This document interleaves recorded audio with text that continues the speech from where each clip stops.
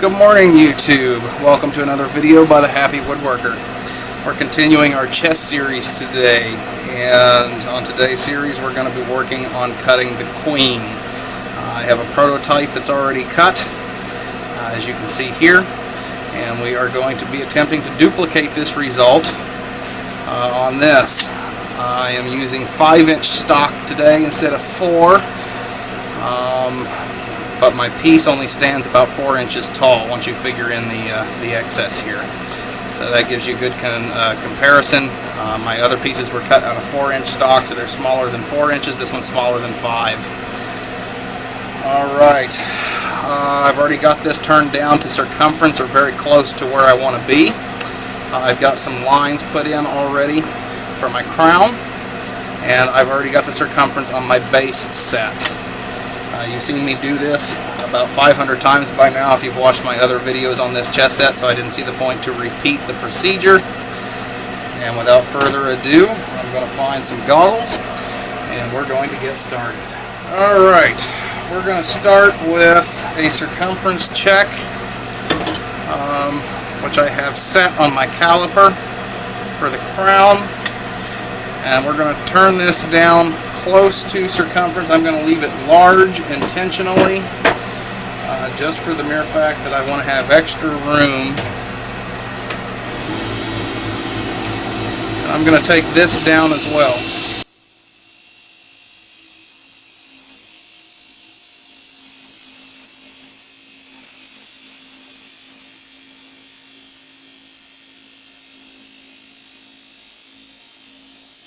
Get that out of the way.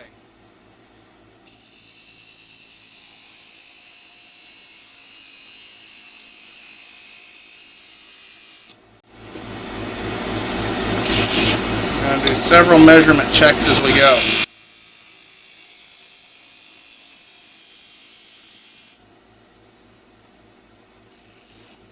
Right there.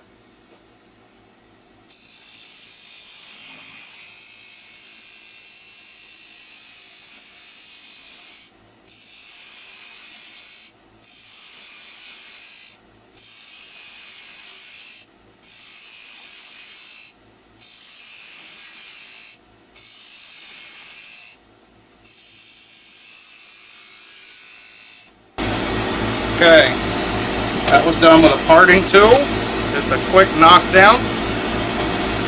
Next up, I'm going to start working the shape of the crown. I'm going to come in with a skew chisel.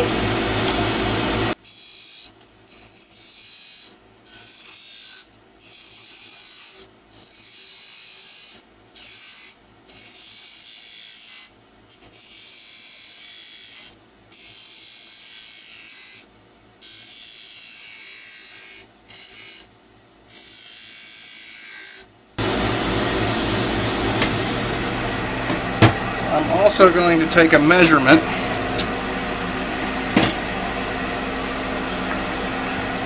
down in here at my base, and I have a separate set of calipers here, a little different type, just so I can keep more than one measurement at once. You don't see me use these a whole lot because you don't really use these when the lathe is running. I want to be right about there. An extra way for me to ensure that I've got the diameters correct when I'm done.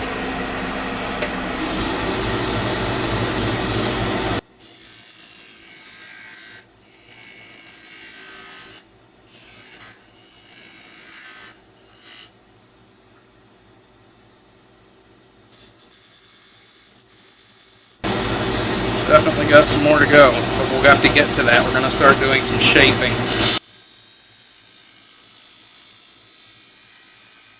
Now using the skew chisel just as a scraper, putting the flat edge against it and shaping as I rotate back and forth.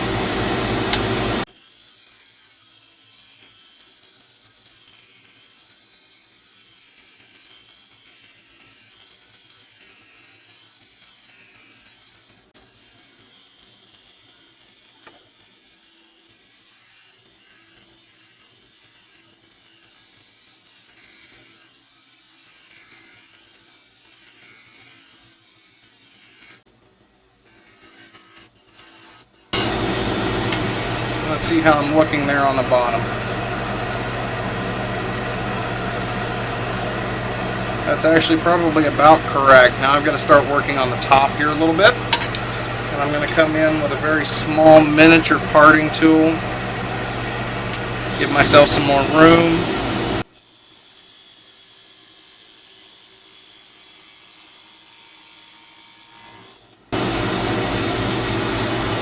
Okay. And then let's do a comparison.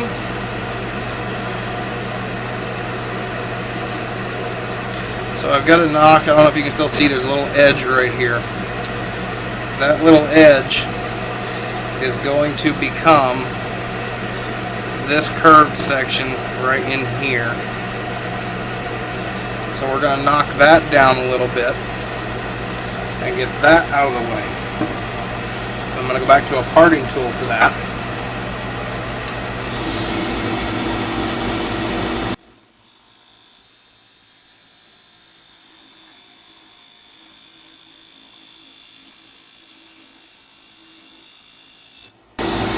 Trick there is not to go too far. And for that I'm going to reset my other set of calipers and I'm going to get a measurement going on that. A lot of wood turning is just stopping to take measurement. And what I'm looking for is this outer edge. Hopefully the camera is picking that up. So I'm going to pass over that, make sure my caliper's there. It is. And then we're going to check this, and when I get this to the point where the caliper can pass over it, I know I'm at the right diameter or circumference.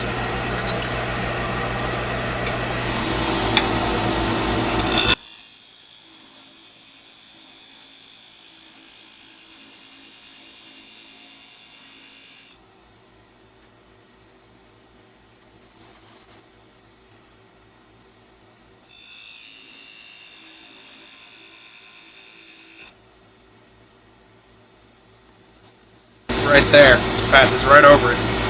Okay, we're going to go back to the skew chisel,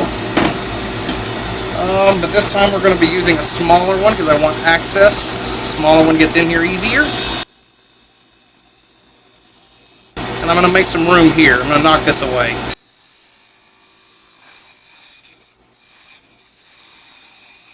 Sometimes it's nice to have maneuvering room.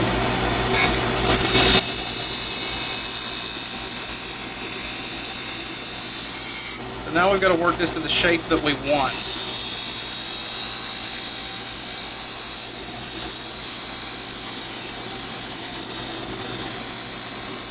Pretty light pressure while I'm flat against it.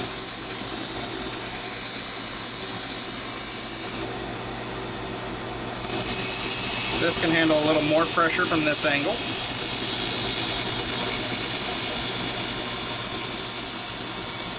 That has to do with how the grain cuts as you're pressed against the wood. When I'm straight into it, it'll cut very fast, very easily, but if I'm at an angle, it doesn't cut as well. So I can use a little more pressure to get the same cut speed.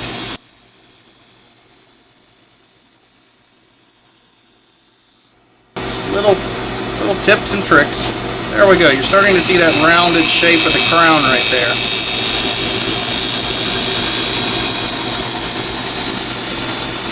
Maintaining even pressure as I rotate the tool around. Now I'm lightening up a little. I don't want to change the circumference of it. I've already got that pretty close.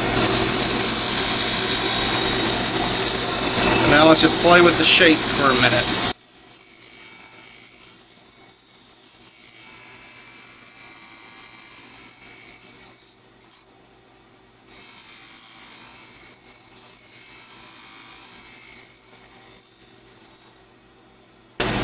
And let's see how we look. Sometimes a big part of this is also stopping just to check and see how you're looking. I'm going to recheck circumference and see how close I've come. That's a tight fit. I could stand to go just a hair more. But it is very, very close, and the shape is actually pretty accurate. I can tell by looking at this I need to bring more of a straight line down in rather than having a bend. So I'll go back to my larger skew chisel and give that more of a straight edge.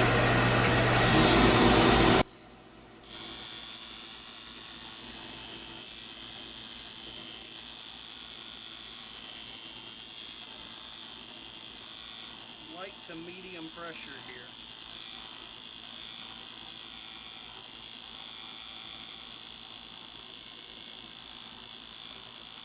In my videos, as you watch, you'll sometimes be able to tell how much pressure I'm applying by the type of sawdust that's coming off. This is pretty fine. But if you start seeing some longer grain strands, you know I'm applying more pressure and taking off more wood at that point in time.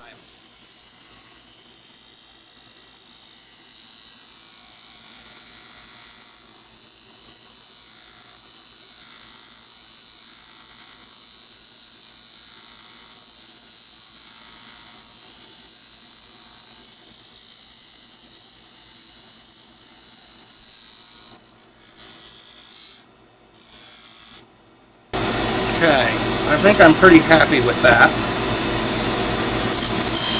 I will grant you this is a bit of an unusual shape for a crown. It's not quite as wide at the top as you would expect. Okay, so we have a duplicate on that. We will cut a cove in this little top step in a little bit. We're going to work our way down now, or work our way partly down and partly up. So next up, we need to cut this. As I do with most of my items, I like to keep things simple. Since this is a design of my own, I'm setting things pretty much the width of my parting tool. This one's just a hair over. So we're going to cut that, and I don't even have to put marks in because I know the width of my parting tool is what I'm looking for. What I do have to do, though, is get another measurement. If you're smart with working with your tools, you can make this really easy on yourself. Like using the width of your tool saves you from marking out lines a lot of the time.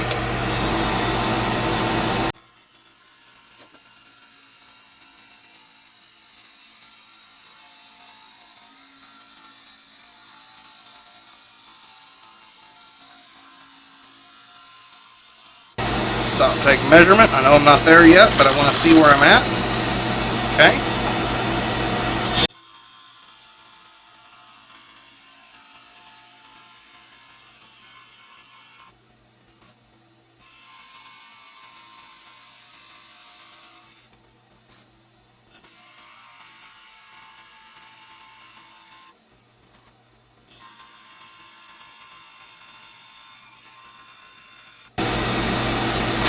Right there. And then I know that I needed to have a little bit more here, and I'm going to make a very slow cut here. The reason being, a parting tool on an open edge will cut exceptionally fast, but it's also going to leave you with a really nasty edge right here when you do that.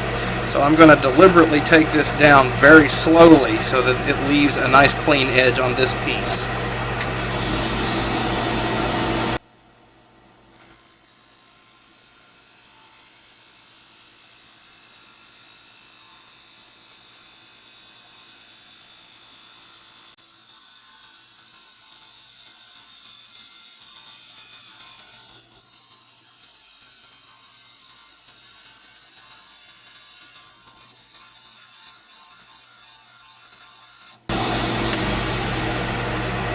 I know you can't see it on camera, but that's a beautiful edge. Anything that saves me sanding work later is great. Now, as I continue through my design here, this is also the width of a parting tool. So now I can come in here and cut this. Again, I don't have to worry about putting lines in, but I do have to get a measurement on circumference on this as well. Right there. How much do I need? Not a whole lot.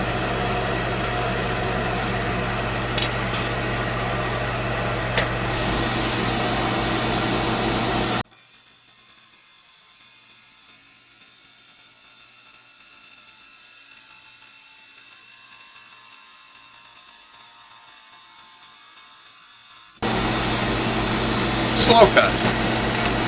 See? And I'm right there. Just a very gentle, slow cut.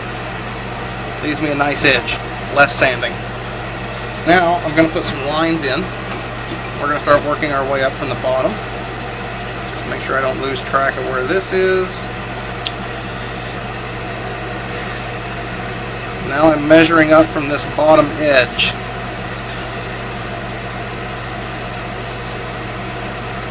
this comes into right here. This comes into right here. And I've got a little step thing right here. So let's put those lines in. So far so good. This piece is doing really well.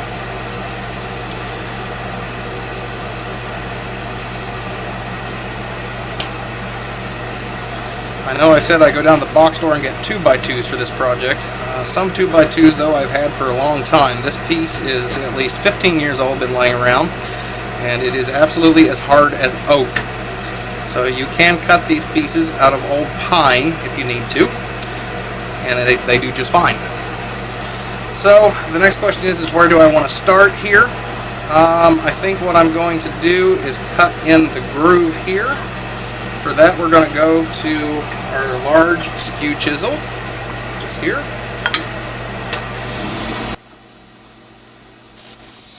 Cut in like the tip, angle to the side, slice, slice. Cut in with the tip, slice it down. I'm slicing down by rotating, bringing the end of my handle up, which brings the tool down.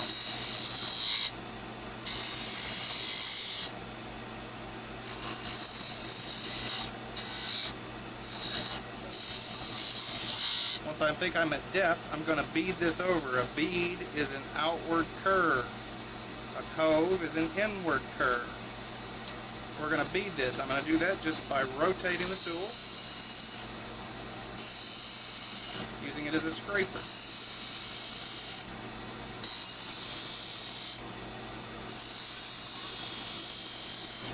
I can make almost a perfect curve this way.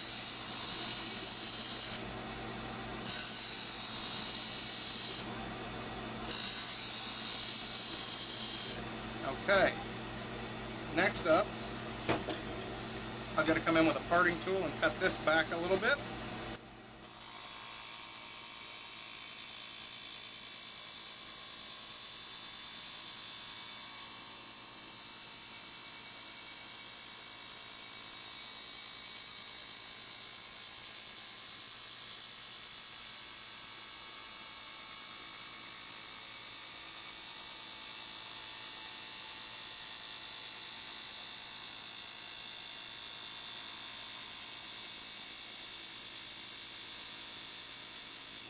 Now I'm going to stop and take a circumference reading. This one's a little bit different than my other pieces that you've watched me do because I have a cove in here. Hopefully the camera will pick that up. So I've got to come down to this one sets lower than this edge. So I'm going to take the parting tool, cut this down in until it reaches here, and then we'll cove it. Let's get my measurement. I've got it, and I've got a little ways to go on that still.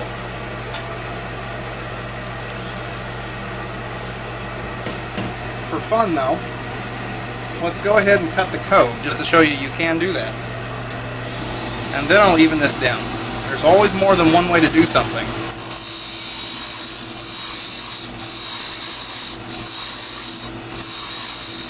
Let's get some of that out of the way. So I'm going to come in right here,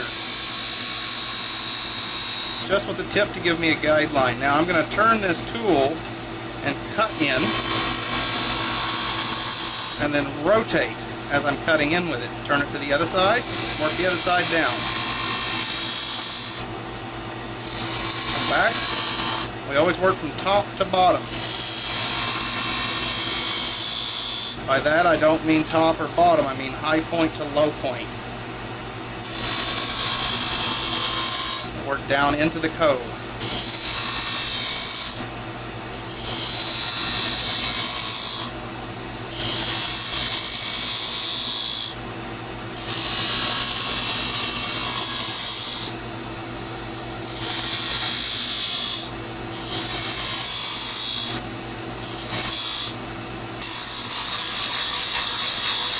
That's all going to get hogged out. I'm not worried about that at all. I'm just making myself some room. And you you can see how fast I took that down. Like I said, when I do these videos, I do this intentionally slow so you guys get to see what I'm doing.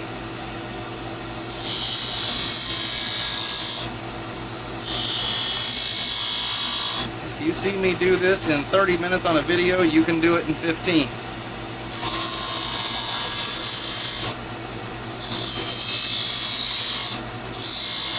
Or in some cases less.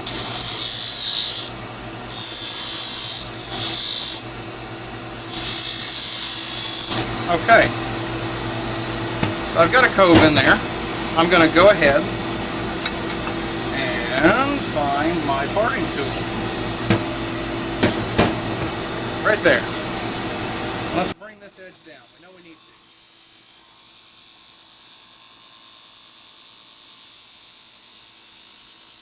to. And let's check circumference.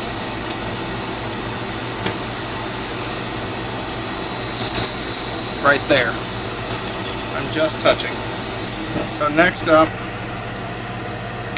we're going to start hogging all this material out, and then we're going to create this really big cove. There's a different word for that, but for right now let's keep it simple. Beads and coves.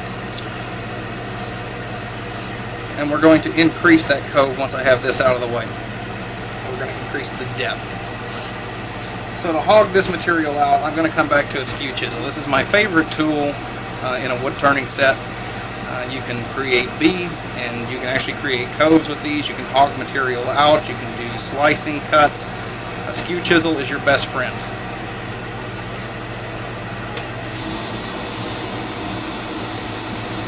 So let's see. Even that line that I have in there technically has to come out, but we'll come back to that. So I'm just using the heel. Dig that in and then slide along. You can push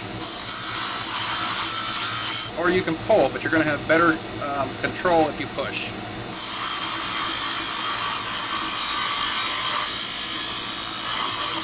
I've got my finger braced against my tool rest. I don't want it here where it's going to get sucked in between.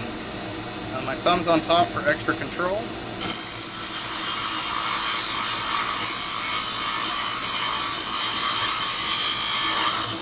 How you do this might be different. Use what's comfortable and works for you.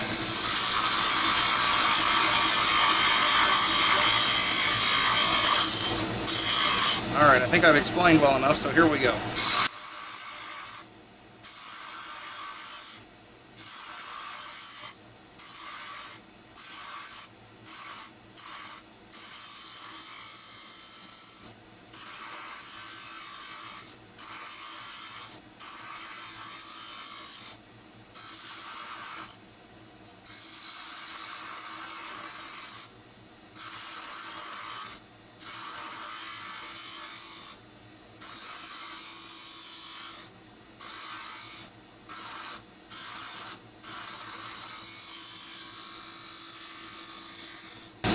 Okay, that's a good start.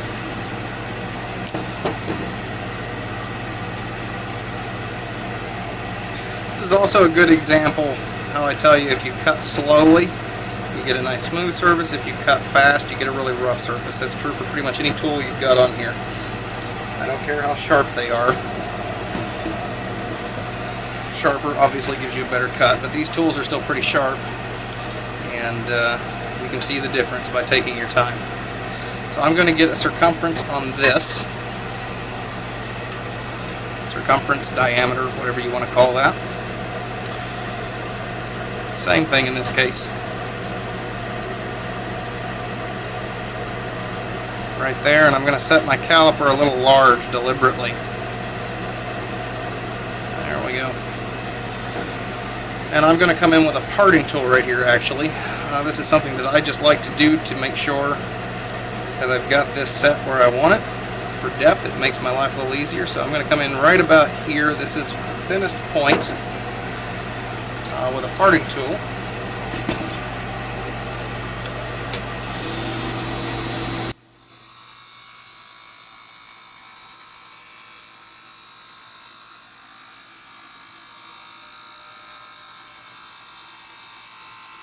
A little fast at first, and then I'm slowing my cut as I'm going. Look at that. We're right there. And I believe I said this needs to come down as well.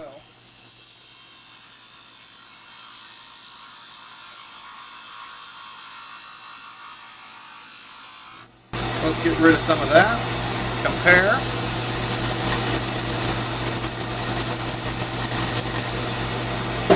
And this also needs to come down.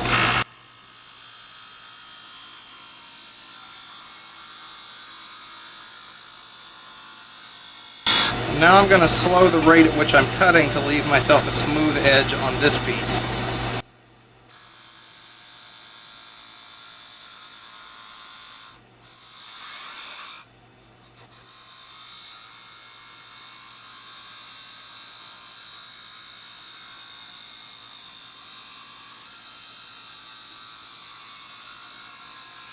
I think that was a pretty good demonstration in speed, don't you?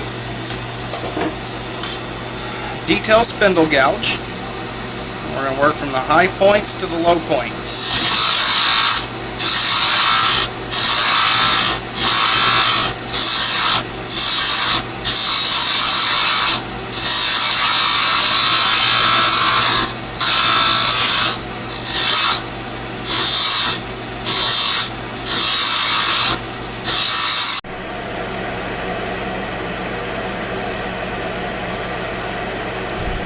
Well, I'm not sure how much you missed. The camera timed out on the timer.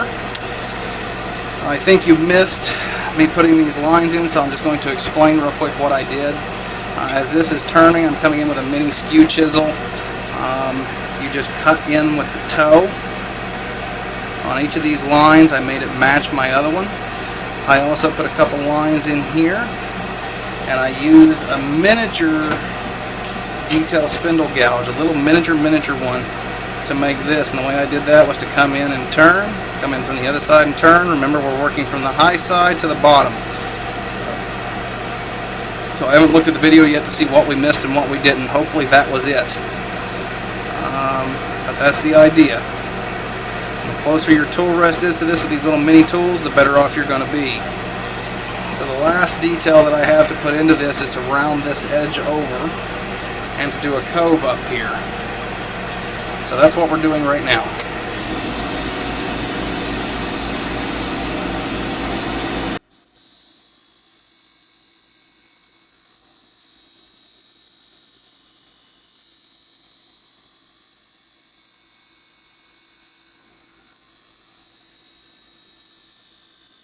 And the only reason I was using that miniature is because it's what was in my hand.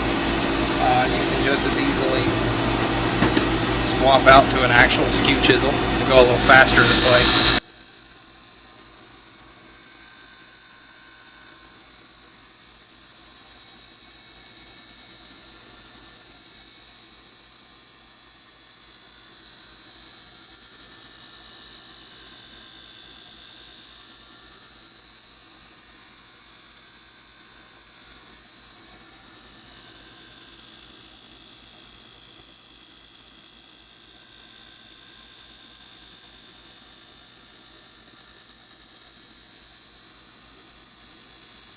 Relatively light pressure here.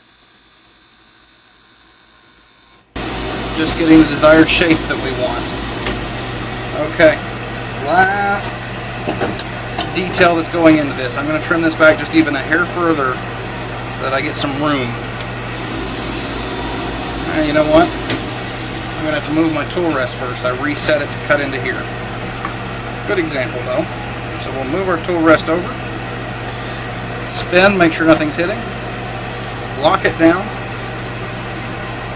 Sorry about the camera moving. Here we go.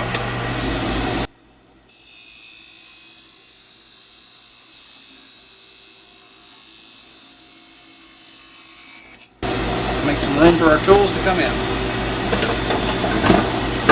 And then we're going to work on coving this.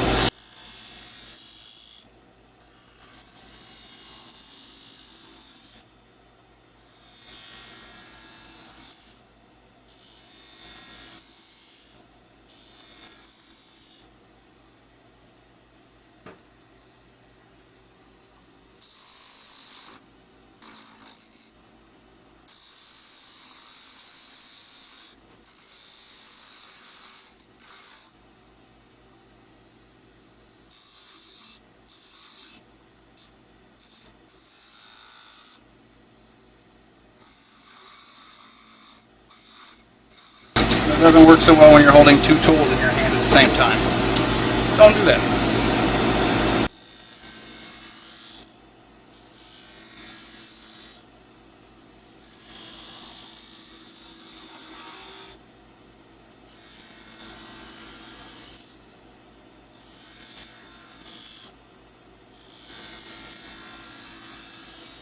And there we go. And now all I have to do is part that with my parting tool to get the height that I want.